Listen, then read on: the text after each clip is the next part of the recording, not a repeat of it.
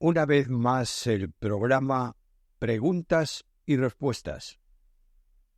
La primera del día de hoy. Luciana Melec dice: me enseñaron que los juegos de azar y sorteos no es una práctica que los cristianos deberíamos hacer. ¿Podría darme fundamentos bíblicos para compartir con otros creyentes? Muchas gracias. Ya se contestó esta pregunta. Solo recordar que todo enriquecimiento que no sea por lo que Dios da y por el trabajo personal no está permitido a los creyentes. Carlos Valdés Olivero. Si Dios no me salvó del pecado, entonces, ¿de qué me salvó? El término pecado puede ser utilizado de una forma muy amplia. Pero Dios te salvó de la condenación eterna. El pecado sigue presente en tu vieja naturaleza. Dios pone el Espíritu en ti para santificación. En la glorificación, la presencia del pecado desaparecerá para siempre. Por la obra de Cristo, Dios cancela la responsabilidad penal del pecado para todo el que cree. De manera que Dios te ha salvado no del pecado en el sentido estricto de la palabra, sino de la condenación eterna, y te ha salvado también de la ira venidera. Fernando Álvaro. Viendo a Lutero, que creyó en el Evangelio y nació de nuevo y pasó de las tinieblas a la luz, y gloria y gracias a Dios por esto. Pero una vez más escucho a Pérez Millos y me sigo preguntando, ¿qué tiene que ver el cuerpo de Cristo con todo el conflicto de poderes al interior del catolicismo y su reforma? En el minuto 12:25 dices, una reforma de la Iglesia. Bueno, pues es evidente que te está refiriendo a la Iglesia Católica, ¿no? En el minuto 18, citando un vídeo, dice, hablas de superar la división religiosa. Oye, ¿no sabes acaso que jamás puede haber comunión entre la luz y las tinieblas? ¿Lamentan los protestantes la división religiosa? Y ten en cuenta algo más. Los nacidos de nuevo no tenemos miedo ni nos ocultamos cuando se trata de eso que tú llamas libre interpretación, porque no tenemos posturas ni discrepancias entre nosotros, sino un solo espíritu que nos guía a toda verdad. Estimado Fernando, la acritud no es buena vía para el diálogo. El conflicto jerárquico afectaba al cuerpo de Cristo, que son los creyentes, y sustancialmente, en el caso de Lutero, también al sacrificio de la misa, en el que los católicos enseñan un sacrificio incruento repetitivo de Cristo, y eso no está en la Biblia. La Reforma no buscó una nueva iglesia, sino modificar los errores de la única Iglesia de Cristo, descontaminándola de lo introducido por los hombres. De modo que cuando yo hablo de Iglesia me estoy refiriendo a la única Iglesia de Cristo, que sin duda tiene muchos nombres dados por los hombres, y sé que el propósito de Cristo es edificar su iglesia, no las iglesias. Por tanto, se añora las separaciones de lo que se llama reforma radical, que son las denominaciones.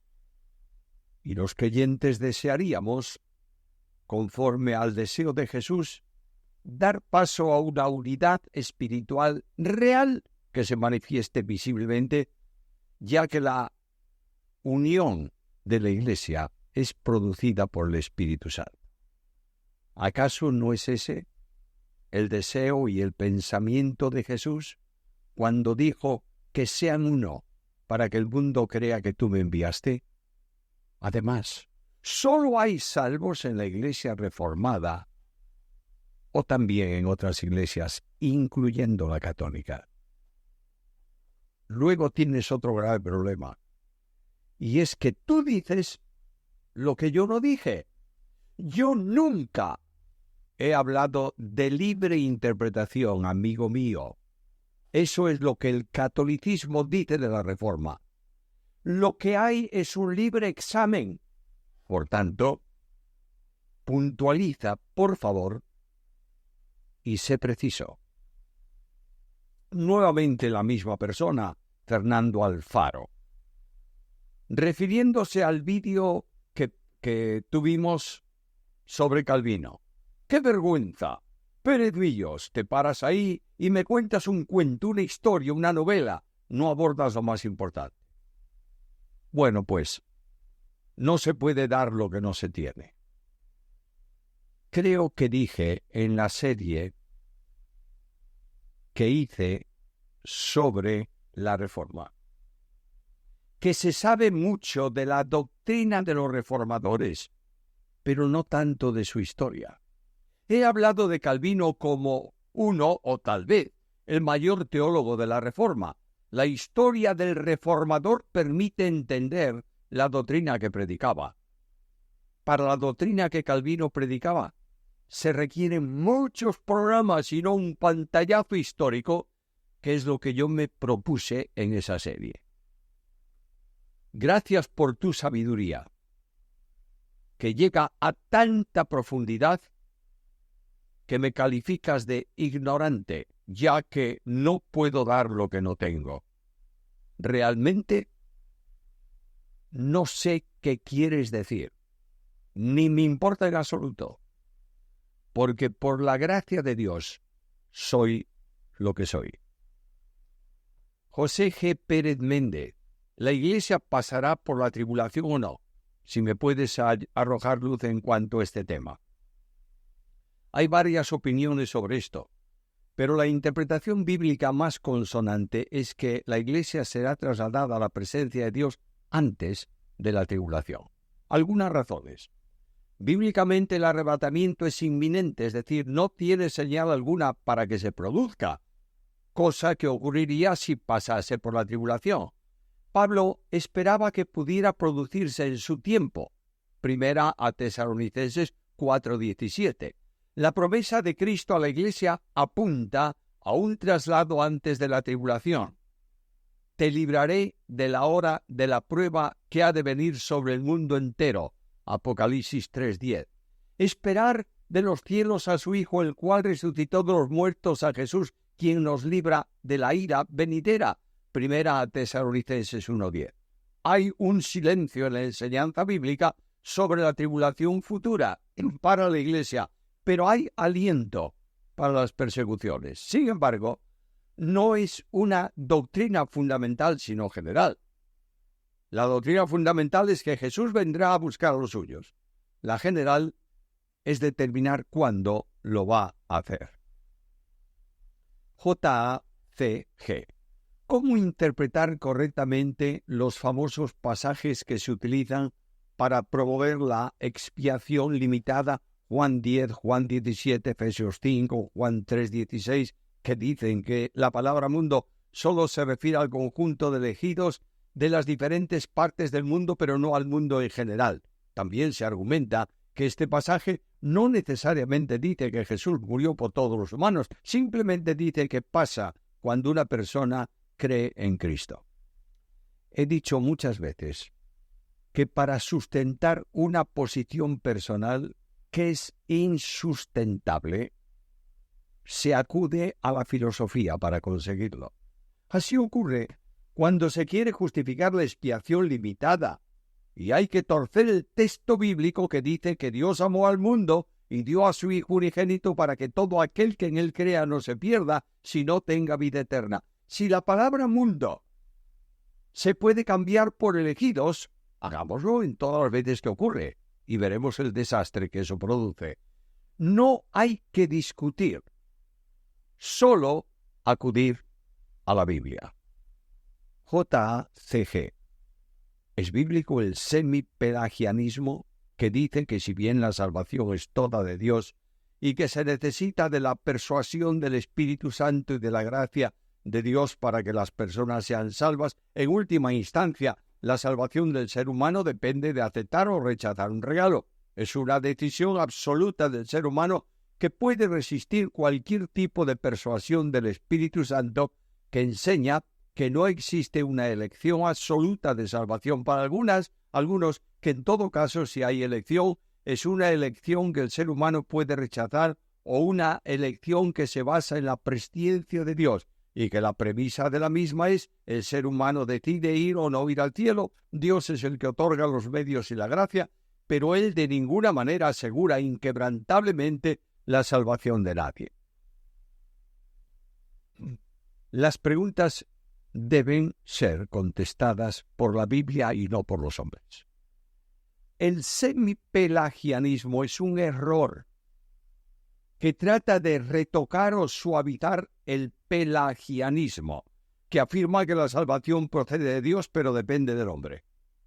En ese sentido, si todos los hombres rechazaran la gracia, la cruz quedaría sin efecto y el sacrificio de Cristo no tendría más potencialidad que la que le dé el hombre.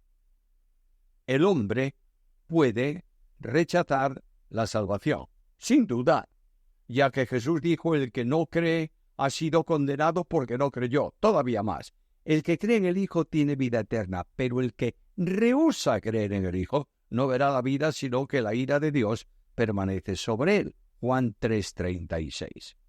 La capacidad para creer es operada por el Espíritu que convence, redarguye de pecado, de justicia y de juicio. El Espíritu genera en el hombre la fe para salvación que se convierte en una actividad humana cuando el hombre la deposita en el Salvador. La Biblia dice que la salvación es de Jehová. Salmo 3:8, Jonás 2:9. Pancho Pinto. ¿Hay cristianos carnales? Mira lo que dice el apóstol Pablo, no lo digo yo. Escucha. Y yo, hermanos, no pude hablaros como espirituales, sino como a carnales, como a niños en Cristo. Os di a beber leche y no alimento sólido, porque aún no erais capaces, ni sois capaces todavía, porque aún sois carnales. Pues habiendo entre vosotros celos, iras, contiendas y disensiones, ¿no sois carnales y andáis según el modo humano? 1 Corintios 3:1-3. La carne forma parte de la naturaleza humana y está en el creyente, de modo que sólo cuando no sea retirada en la glorificación dejará de actuar en nosotros. Carnal es el que se guía por la carne, y espiritual el que vive en el Espíritu. Por tanto, sí hay creyentes carnales. Leda Roldán. Me queda claro que cuando partimos de este mundo partimos a la presencia de Dios. Hebreos 9:27 dice: está establecido para los hombres que mueran una sola vez y después de esto el juicio. ¿Será que inmediatamente que partimos seremos juzgados en el tribunal de Cristo? El texto es genérico sobre juicio después de la muerte. El tribunal de Cristo será un juicio para recompensas en el que participaremos juntamente todos los creyentes y que se producirá después del traslado de la Iglesia. Los creyentes que mueren están en la presencia de Dios, pero recibirán sus recompensas juntamente con toda la Iglesia. Julio Escudero, ¿existe el pecado venial, como aseguran los católicos? La Biblia enseña que existe solo el pecado. Algún pecado tiene consecuencias físicas como la enfermedad o la muerte, pero no existen pecados mayores y menores, veniales y mortales. Toda transgresión es pecado. Big Dexter. La iglesia primitiva perseveraba en la doctrina de los apóstoles, la comunión, el partimiento del pan y la oración. ¿En qué momento pasó a ser más relevante la teología o es lo mismo? Teología, como sabes, es una palabra técnica para referirse al estudio, al discurso, a la doctrina acerca de Dios y su obra. La doctrina es teología. Por tanto, el estudio de Dios y su verdad está presente como teología desde el comienzo de la Iglesia. Pastor Ramón de la Cruz, ¿el fuego del infierno es literal? ¿En qué consiste el tormento del infierno? La literalidad para cuerpos transformados y adaptados a una situación de vida distinta a la actual no es más que una comparación. Fuego que quema, que aflige, en lo que está comprendido el tormento eterno, donde el fuego de ellos es para siempre. Está hablando de forma especial de una situación de muerte definitiva espiritualmente, alejados de Dios. Eso es realmente el infierno. Virtual Gnai. En 1 Corintios 13:1, las lenguas angélicas son un idioma que el Espíritu imparte también al creyente como las de hombres. Leí su comentario en su libro, pero por favor explíquemelo.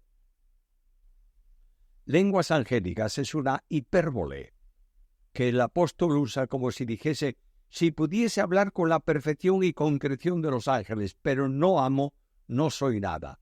Los ángeles no tienen lengua, como nosotros, porque siendo espíritus, la comunicación entre ellos no necesita de palabras como ocurre con la nuestra, porque tiene que superar la limitación del cuerpo. El espíritu da el don de idiomas que son hablados en algún grupo de hombres, en alguna nación de la tierra, en algún lugar, y que son traducibles a los idiomas de otras personas. Las lenguas son señal para incrédulos, no para creyentes. Además, no todos los creyentes hablarían idiomas, porque no todos los creyentes tienen el mismo don. Hablar de lenguas, especialmente vinculado con el bautismo del Espíritu y cosas por el estilo, son errores doctrinales serios de personas que quieren reproducir lo que ha pasado y lo que no puede producirse hoy. Ángela Silva. Cuando un pastor o anciano está viviendo una decadencia espiritual y no vive en santidad, ¿sería mejor no subir al púlpito en esas condiciones? Sin santidad nadie verá a Dios. Es decir, no tiene el favor y la gracia de Dios necesaria para el ejercicio de cualquier ministerio, especialmente para enseñar y predicar, una de cuyas exigencias es ser ejemplo a otros de lo que se está predicando. De nuevo Ángela Silva. Cuando Pedro dijo: apártate de mí que soy hombre pecador, mi pregunta sería: ¿es cuando se arrepiente para ser salvo? Jesús dice que la palabra que les había hablado era instrumento que los condujo a creer en Cristo como Salvador y el Hijo de Dios. Cuando Pedro dice: apártate de mí que soy hombre pecador, está reconociendo la condición suya en comparación con la santidad de Jesús. Lucas García. Me gustaría saber de la tribu perdida de Israel. En estos días estoy escuchando que la tribu perdida es el pueblo romaní. Dicen que lo pueden demostrar con pruebas genéticas de ADN. Yo pienso que no es, pero de ser así, ¿qué explicación bíblica tiene y por qué pasó así de perderse? Le agradecería mucho su opinión a la luz de la palabra. Hablar de tribu perdida es un problema, porque lo que se suele es hablar de las tribus perdidas, plural, en referencia a las 10 tribus que formaban el reino del norte de Israel. Algunos hablan de una tribu que falta en relaciones de profecía, por ejemplo, en Apocalipsis, la tribu de Dan. Eso de que la tribu perdida son los romanís, o si lo prefiere, los judíos romanís, es un decir interesado de alguien, pero no una verdad bíblica. Generalmente es una posición resultante de los mesiánicos. Manuel, Marcos 9, 17, 21. ¿Un niño puede ser poseído? Toda persona puede ser poseída por Satanás. No tiene que ver la edad física, sino la capacidad intelectual. Sin embargo, en el caso que mencionas, se trataba de un muchacho, de un joven que había estado en esa situación desde niño.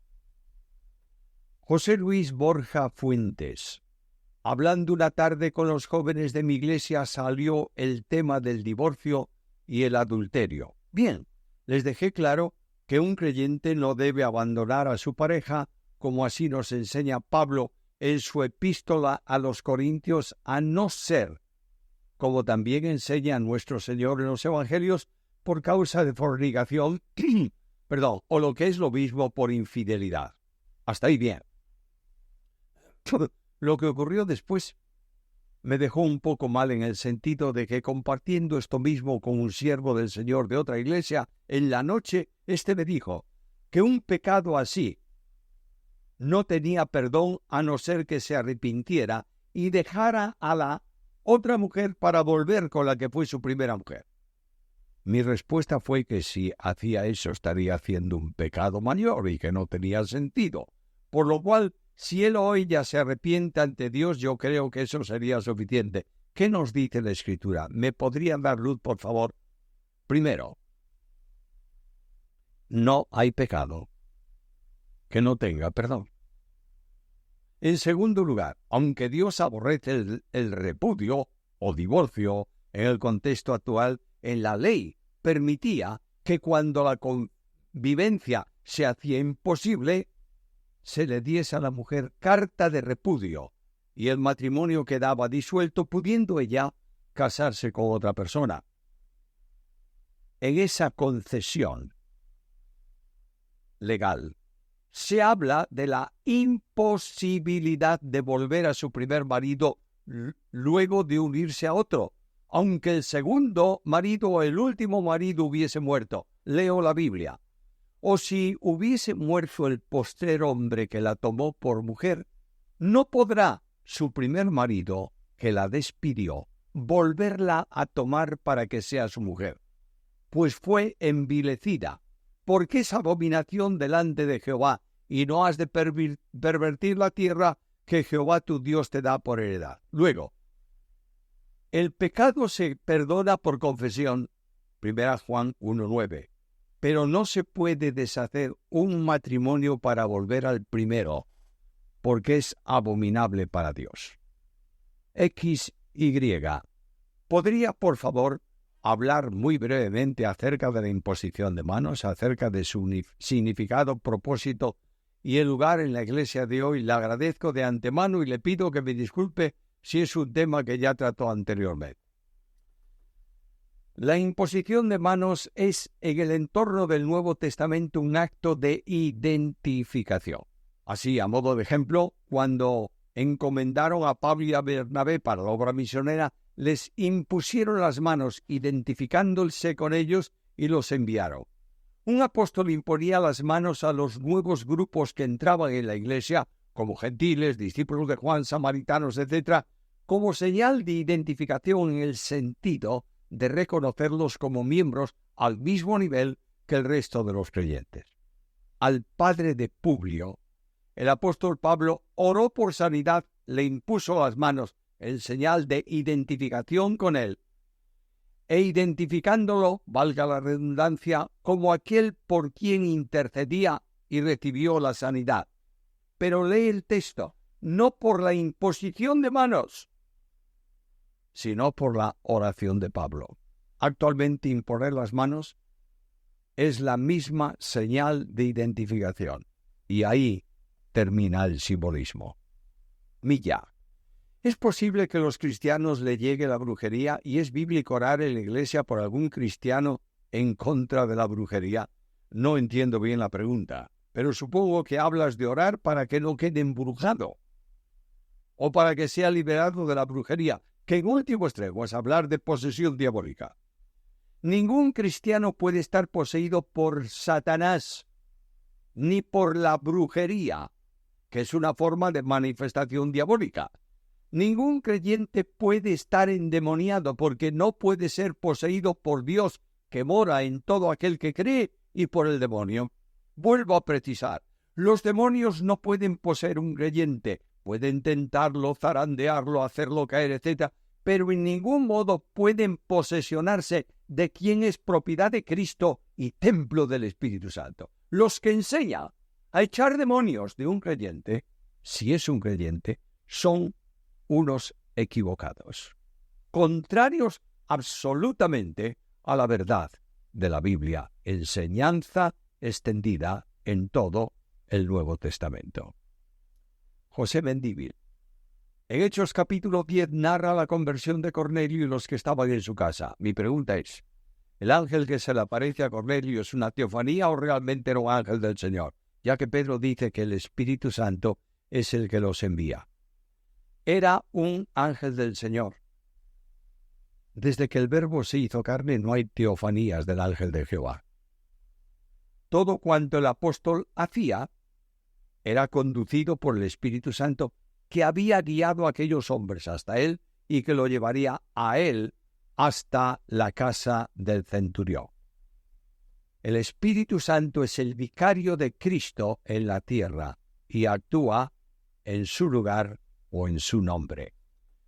Profe Guido, ¿cuál es el mejor pasaje bíblico que se podría ocupar para asegurar que al creer en Dios, Dios perdona todos los pecados? Los pentecostales aseguran que solo se perdonan los pecados cometidos hasta el día de la creencia. Luego de ello se debe ser perfecto, porque los nuevos pecados no caen directamente en la acción del perdón primigenio.